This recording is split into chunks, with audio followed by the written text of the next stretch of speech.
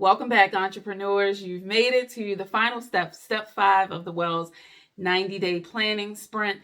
In this step, we plan our weeks. And this is not one that we do together when we have our 90-day planning sessions. This is one that is done independently, again, week to week.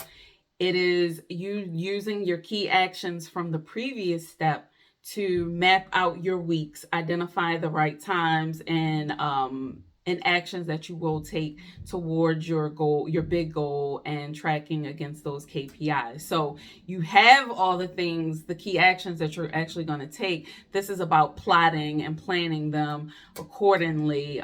Some things are pretty linear and they follow in order, and some things may be repetitive in your plan. So in the last step, I gave an example of if I had a particular revenue goal that my key action might be proposal writing. Well, if I said I'm going to write 3 proposals, maybe I'm not going to write all 3 of those proposals in 1 week. So I may have write 1 proposal in 1 week. I might have write another proposal 2 or 3 weeks after that, and so on. So the planning of your weeks is definitely the use of and contingent upon your key actions. But again, the flow of them may need to be adjusted based on how you intend to implement your particular plan. So one thing that you could do while we have a template that we use for planning, this template is just a guide. One of the things that might be helpful to you is to actually have a big wall space or a big calendar space where you're actually putting out your key actions on Post-it notes that allow you to move them around and place them in the weeks where they fit. That's an option. Or writing in pencil where you can erase and move things, or doing it if you are not one of the people that need to handwrite a thing and you're typing it up, you are able to then adjust it in the template itself.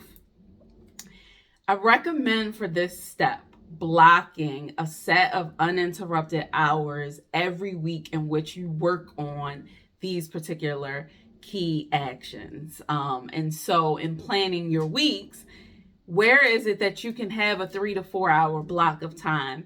The book, The 12-Week Year, recommends what's called the strategic block, and theirs is 3 hours. I like a 4-hour block. Give me a good half a day that I can dedicate, and also it leaves some room for interruptions, or if I need to get up and move a bit.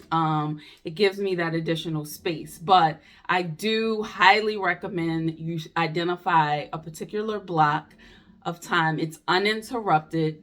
Again, 4 hours is my recommendation. 1 day a week. It's a half day, once a week. Nothing else can go in that time. You cannot work on any other thing during that block of time other than those key actions that you planned into that week.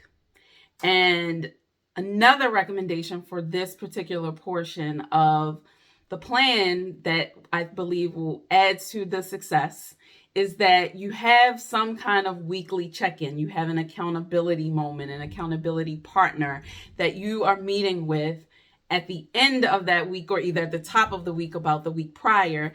And that check-in is just about whether you stuck to the plan, what deviated, what challenges you had. You're sharing with them what you intend to do that particular week. Doing that, having a weekly check-in. So in video 1 or 2, I share with you that if you just write your plans down, write your goals down, you take your likelihood of success to 40%. Well, writing them down and then adding in a weekly check-in with somebody where you share that takes the likelihood of you achieving this goal now to 95%. This is scientifically proven. These are not my numbers. It takes the chance of you succeeding and achieving that goal up to 95%. You're almost sure to accomplish the goal if you add sharing it a weekly check-in with someone else. So that is the 5th and final step. Highly recommend that you take advantage of this planning process and look forward to hearing how it's going for you. All right, see you soon.